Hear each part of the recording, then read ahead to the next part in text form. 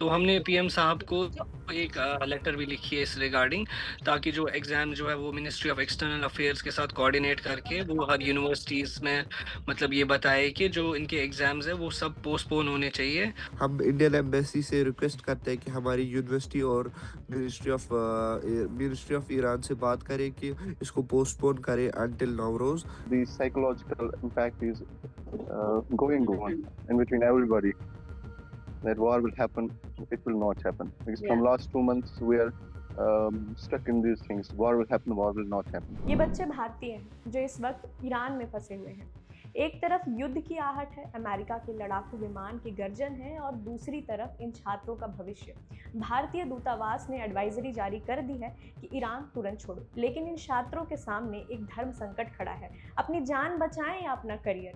Iran में इस वक्त लगभग 3000 भारतीय छात्र हैं, जिनमें से बड़ी संख्या में मेडिकल की पढ़ाई कर रहे छात्र हैं। 23 फरवरी 2026 को तेहरान स्थित भारतीय दूतावास ने एक सख्त निर्देश जारी किया। ईरान में मौजूद सभी भारतीय नागरिक उपलब्ध कमर्शियल फ्लाइट से तुरंत देश छोड़ दें। हम इंडियन एम्बेसी से रिक्वेस्ट करते हैं कि हमारी यूनिवर्सिटी और मिनिस्ट्री ऑफ ईरान से बात करें कि इसको पोस्टपोन करें अंटिल नवरोज।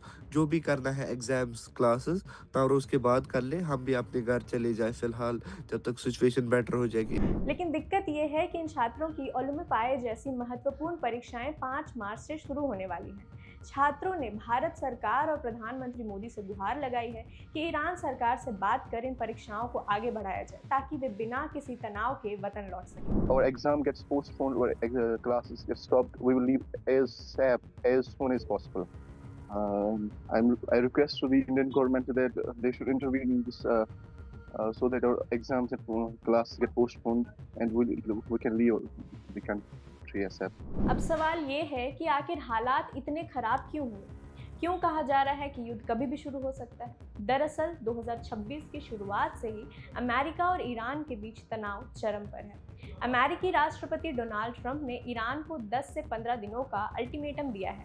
अमेरिका की मांग साफ है, ईरान अपना परमाणु कार्यक्रम पूरी तरीके से बंद करे, वरना सैन्य कार्रवाई के लिए तैयार रहे। युद्ध की मुख्य वजह परमाणु कार्यक्रम। ईरान ने यूरेनियम इनरिचमेंट उस स्तर तक बढ़ा दिया है जहां वह परमाणु बम बनाने के बेहद करीब है। सैन्य जमावड़ा। अमेरिका ने फारस की खाड़ी में 2 एयरक्राफ्ट कैरियर और भारी संख्या में लड़ाकू विमान तैनात कर दिए हैं। आंतरिक विद्रोह। ईरान के भीतर बड़े पैमाने पर सरकार विद्रोही प्रदर्शन हो रहे हैं, जिसका समर्थन अमेरिका कर रहा है। तो क्या ये बच्चे अब घर वापस आ पाएंगे? क्या परीक्षाओं के लिए इन बच्चों की जान जोखिम में डालना सही है, या फिर कूटनीति कोई बीच का रास्ता निकालेगी?